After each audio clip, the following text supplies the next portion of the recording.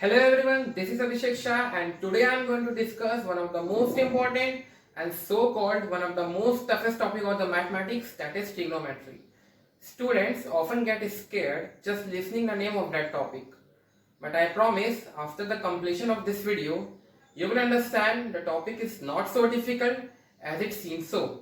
I will teach this topic in Hindi and English as well, so both medium students get benefited from this video. Let's get started.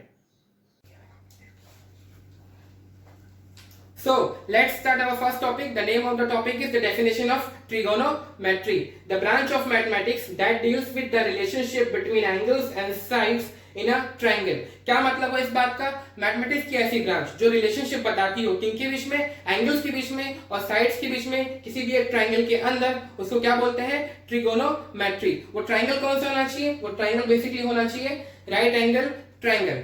अब जिनको ये नहीं पता कि right angle triangle क्या होता है, उनको मैं ये बता दूं, कोई भी ऐसा ट्राइंगल जिसमें एक एंगल की वैल्यू 90 डिग्री होती है उसको हम बोलते हैं राइट एंगल ट्राइंगल. इस ट्राइंगल में एंगल सी की वैल्यू जो है वो 90 डिग्री है, इसलिए ट्राइंगल ए सी बी है राइट एंगल ट्राइंगल. ठीक है. Trigonometry word comprises of 3 Greek words. Trigonometry जो शब्द है वो 3 ग्रीक शब्दों से मिलके बना है. Tri means 3, gon means side, metron means measurement. क्या मतलब हुआ उसका? 3 साइड मेजरमेंट. इस ट्राइंगल को देखो, इस ट्राइंगल में बेसिकली 3 साइड्स हैं, A B D C and A C, और 3 एंगल्स भी हैं, एंगल ए, एंगल बी और एंगल सी. तो ट्रिग्नोमेट्री में हम क्या करते हैं? बेसिकली मेजर करते हैं तीनों साइड्स को, तीनों एंगल्स को with the help of ratios. ये हम आगे बताऊंगा कि रेशियोज का मतलब क्या हो रहा है और फंक्शंस का यूज कैसे करेंगे. ठीक है, तो चलते हैं आगे.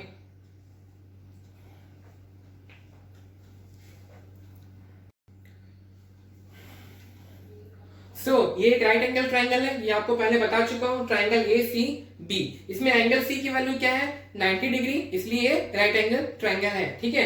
अब इस राइट एंगल ट्राइंगल में आपको ये बताऊंगा कि आप परपेंडिकुलर कैसे पता करेंगे, बेस कैसे पता करेंगे और हाइपोटेन्यूज कैसे पता करेंगे. ठीक है. तो देखो, साइड बीसी जो है एसी के परपेंडिकुलर है. ठीक है. तो परपेंडिकुलर किस पे बन रहा है? बेसिकली बीसी साइड पे बन रहा है. 90 डिग्री एंगल किस पे बन रहा है? बीसी पे बन रहा है. तो ये बीसी जो साइड कहलाएगी वो कहलाएगी परपेंडिकुलर. ठीक है.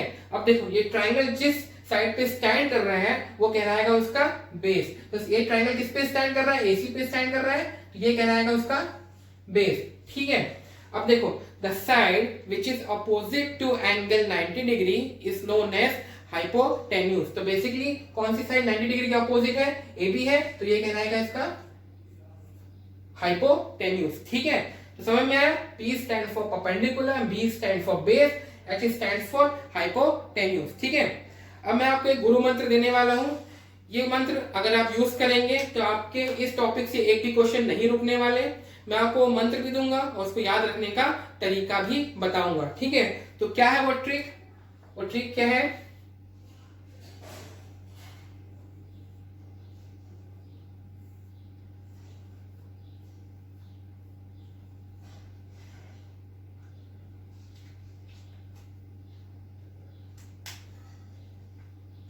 Here P stands for Pandit, B stands for Badri, and this P stands for Prasad. This is Hari, this is Hari, and this is Bole. क्या मतलब हुआ इसका? पंडित, बद्री, प्रसाद, हरि हरि बोले. ठीक है. तो ये मंत्र है और ये इसको याद रखने का तरीका है. ठीक है. ये आप याद रखिएगा. अगर ये याद रखेंगे तो मैं पहले बता चुका हूं क्वेश्चन नहीं रुकने वाले. ठीक है. बहुत इंपॉर्टेंट है, लिख लीजिए इसको. ठीक है. अब मैं आपको बताऊंगा ट्रिग्नोमेट्रिक फंक्शंस के बारे में और रेशियोज के बारे में. मैंने पहले बात की थी फंक्शंस और रेशियो की, अब मैं आपको इसको एक्सप्लेन करने वाला हूं. ठीक है. तो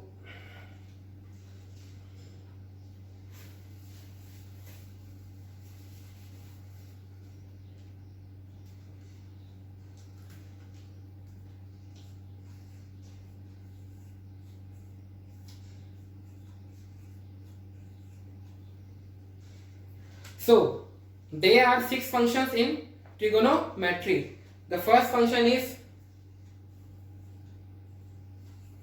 sin theta.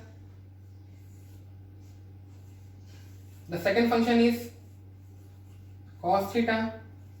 The third function is tan theta. The fourth one is cot theta.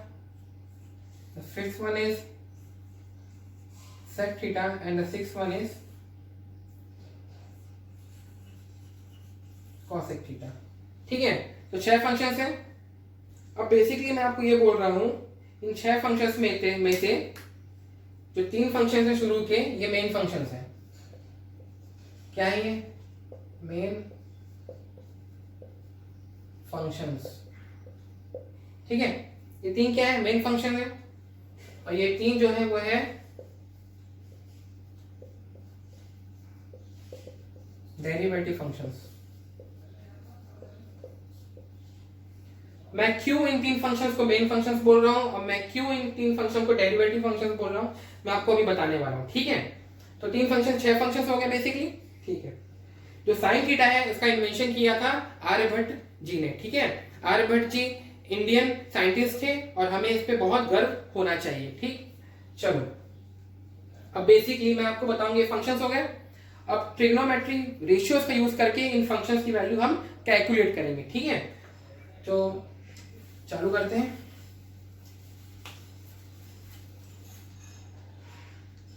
सबसे पहला फंक्शन क्या था? Sine theta. ठीक है, अब इसको देखो, हम क्या करेंगे? क्लॉकवाइज डायरेक्शन में मूव करेंगे.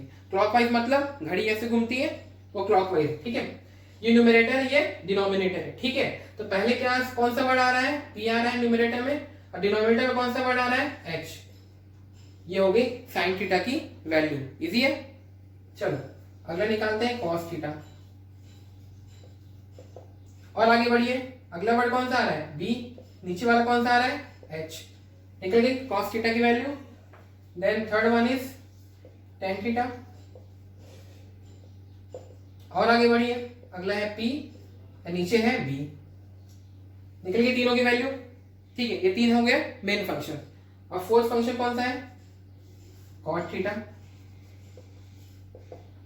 अब अभी तो ऐसे मूव कर रहे थे, इसको क्लॉकवाइज बोल रहा था मैं. अब गाड़ी ऐसे घूमेगी, इसको मैं बोलूंगा एंटी क्लॉकवाइज. एंटी क्लॉकवाइज मतलब जस्ट अपोजिट. अब जस्ट अपोजिट हो गया है तो डिनोमिनेटर पहले आएगा, न्यूमरेटर बाद में आएगा. तो यहां पहुंचे हम तो पहले आएगा बी और उसके ऊपर वाला आएगा पी. ठीक है, फिफ्थ फंक्शन हुआ सेक थीटा. अगेन हम आगे मूव करेंगे एच और ऊपर क्या दिया है? बी. ठीक है, अब सिक्स फंक्शन क्या बचा? Cosec theta. और आगे आइए एच, नीचे आ जाएगा पी. ठीक है, हो गए 6 फंक्शंस और ये हो गए इनके रेशियोज. अब थोड़ा ध्यान से देखो, जो देखा होगा उसको तभी तक समझ में भी आ गया होगा कि मैं क्यों डेरिवेटिव फंक्शन और क्यों मेन फंक्शन कब से बोल रहा हूं. देखो साइन कॉस टेन तो ठीक है, इससे निकल रहा है. अगला फंक्शन है कॉट फंक्शन. कॉट फंक्शन देखो डी बाई पी है. अब टेन फंक्शन को देखो, वो क्या है? D by P. Sorry, B by P नहीं, पी बाई बी है. ठीक है, तो tan function D P by B है और cot function B by P है. ठीक है, तो मतलब क्या समझ में आया? ये इसका जस्ट अपोजिट फंक्शन है कि नहीं? टेन और कॉट एक दूसरे के अपोजिट है. ठीक है, सेक को देखो, कॉस को देखो. बी बाई एच कॉस है, एच बाई बी सेक है, मतलब ये दोनों एक दूसरे के अपोजिट फंक्शन है. अगेन साइन थीटा और कॉसेक थीटा को देखो. Sine theta P by H है and cosec theta H by P है, मतलब ये दोनों भी एक दूसरे के अपोजिट फंक्शन है. तो बेसिकली मैं ये बोल रहा हूं, अगर मुझे इसकी वैल्यू पता हो तो मैं ये नहीं निकाल लूंगा. अगर मुझे इसकी वैल्यू पता हो तो मैं ये भी निकाल लूंगा, और अगर मुझे इसकी वैल्यू पता है तो मैं ये निकाल लूंगा. यही मैं बोल रहा था कि ये डेरिवेटिव है, क्योंकि डेरिवेटिव का मतलब ये होता है with the help of main function we can calculate the value of derivative functions. ठीक है, तो मतलब क्या हुआ? ये दोनों एक दूसरे के इनवर्स फंक्शन है. अब इनवर्स फंक्शन का मतलब क्या हुआ? इन दोनों का जो मल्टीप्लिकेशन होगा वो आएगा 1. कैसे? एक करके दिखाता हूं. साइन थीटा, मैं क्या बोल रहा हूं? Sine theta into cosec theta, इसकी वैल्यू आनी चाहिए 1. ठीक है, एक करके देखते हैं. इसकी वैल्यू क्या है? Sign theta P by H है, यहाँ लिखी हुई है, और कॉस की कॉसेक की क्या है? एच बाई पी है. लिख दिया मैंने. एच से एच कैंसिल हो गया, पी से पी कैंसिल हो गया, क्या बचा? 1 आया.